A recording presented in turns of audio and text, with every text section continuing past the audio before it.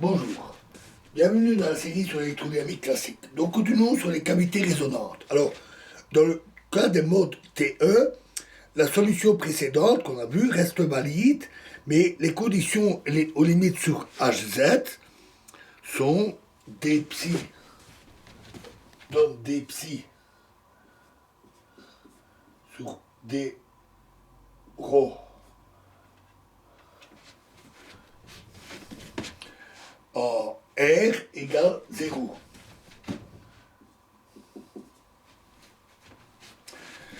Ce qui donne gamma mn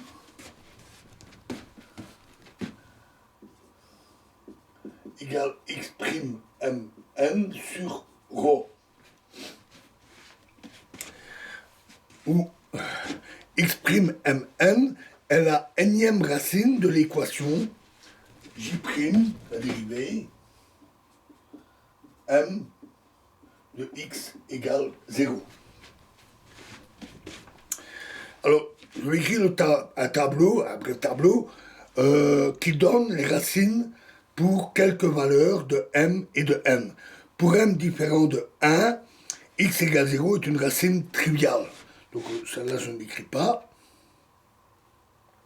Donc pour m égale 0, 1, 2, 3, on a x' 0n, x' 0, 1n, x' 2n, x' 3n.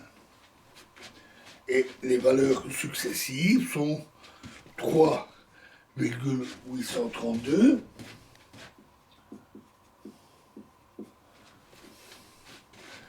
7,016,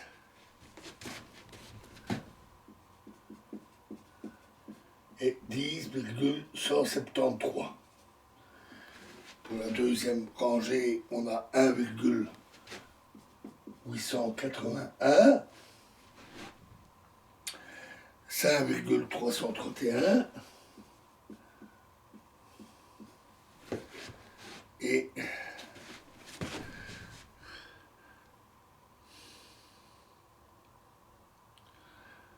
8,536.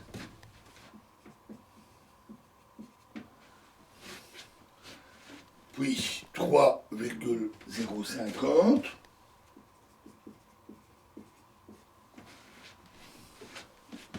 6,706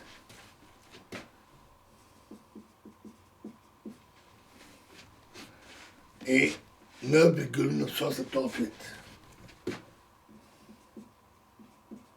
Et enfin, pour la dernière rangée, 4,201,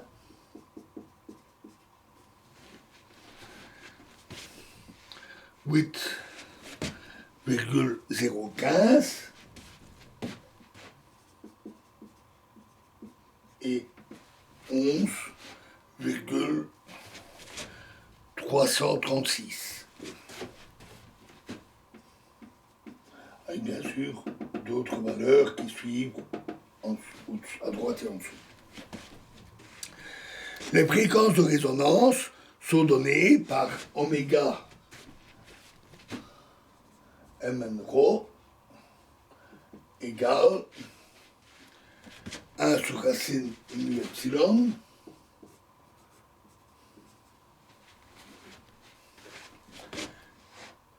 x' carré mn sur r carré plus rho carré pi carré sur d carré.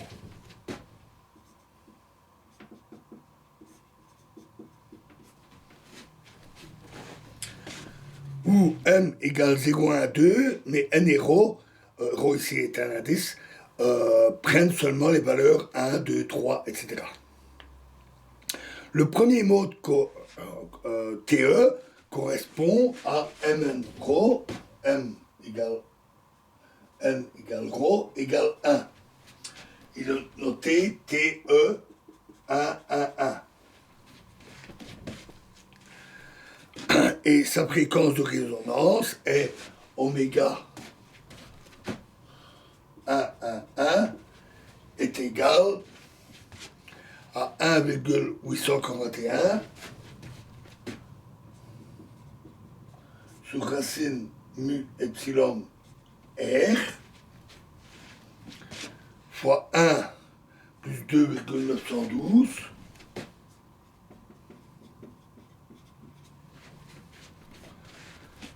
fois r carré sur d carré exposant à demi. Tandis que les champs s'obtiennent en utilisant psi égale hz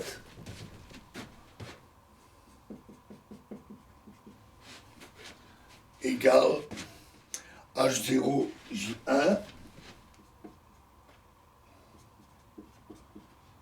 de 1,841 ρ sur r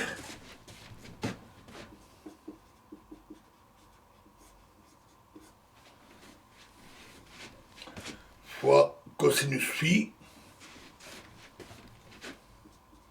et ici phi est la variable, désolé de cette confusion dans les variables, sinus pi z sur d,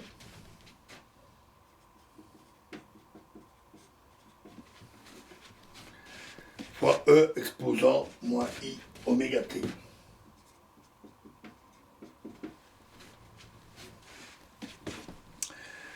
Pour D suffisamment grand, c'est-à-dire D supérieur à 2,03 fois R, la fréquence de résonance